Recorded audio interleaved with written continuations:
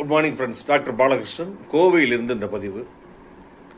ரொம்ப நாளாக மார்க்கெட்டை பற்றி பேசவே இல்லை. பேசுனா எல்லாத்துக்கும் கோபம் வந்துடும். மார்க்கெட் அவ்வளோ மோசமாக இருக்குது. இப்போ தான் கொஞ்சம் கொஞ்சமாக இம்ப்ரூவ் ஆகிட்டு வருது.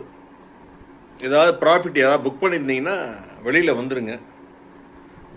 ஃபர்தராக நீங்கள் இன்வெஸ்ட் பண்ணாதீங்க. மார்க்கெட் திருப்பி எப்போ ஒரு இதுக்கு வருதோ அப்போ இன்வெஸ்ட் பண்ணுங்கள். ஆவரேஜ் பண்ணுறவங்க பண்ணுங்கள். கொஞ்சம் கொஞ்சமாக ஆவரேஜ் பண்ணுங்கள்.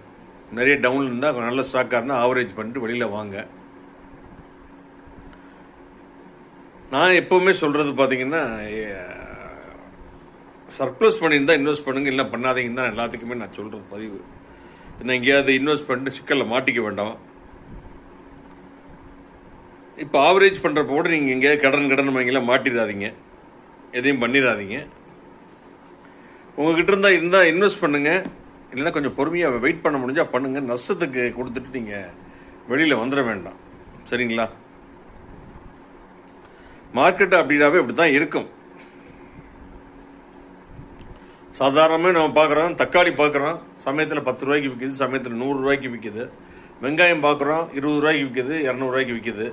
இந்த மாதிரி தான் நம்ம பார்த்துக்கணும். அதெல்லாம் மார்க்கெட்டில் இது எல்லாமே உங்களுக்கு சாதாரணமான விஷயம். இதை அனுசரித்து நம்ம மார்க்கெட்டுக்கு வந்துட்டோம் அப்படின்னா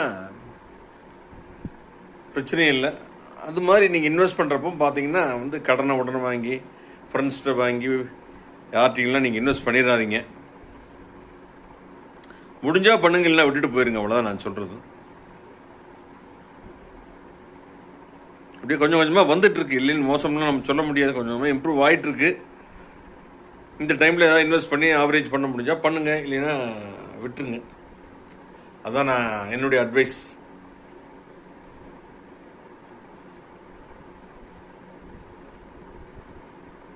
இன்றைக்கி மார்க்கெட் அப்டேட்ஸ் பார்க்கலாம். பார்த்தா நெட்டு ரொம்ப ஸ்லோவாக இருக்குது. அதனால தான் அப்டேட் பண்ண முடியாமல் இருக்கேன்.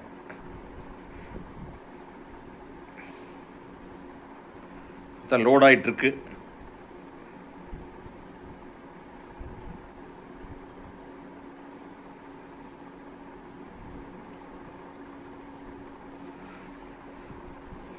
இன்டர்நெட்டு சரியாக வரமாட்டேங்குது.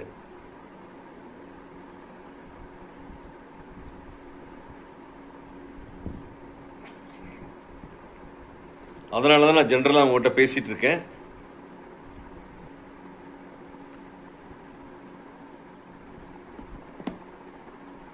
ஸ்டாக் மார்க்கெட் ஃப்ளக்சுவேஷன்ஸ் இருக்கத்தாங்க செய்யும்.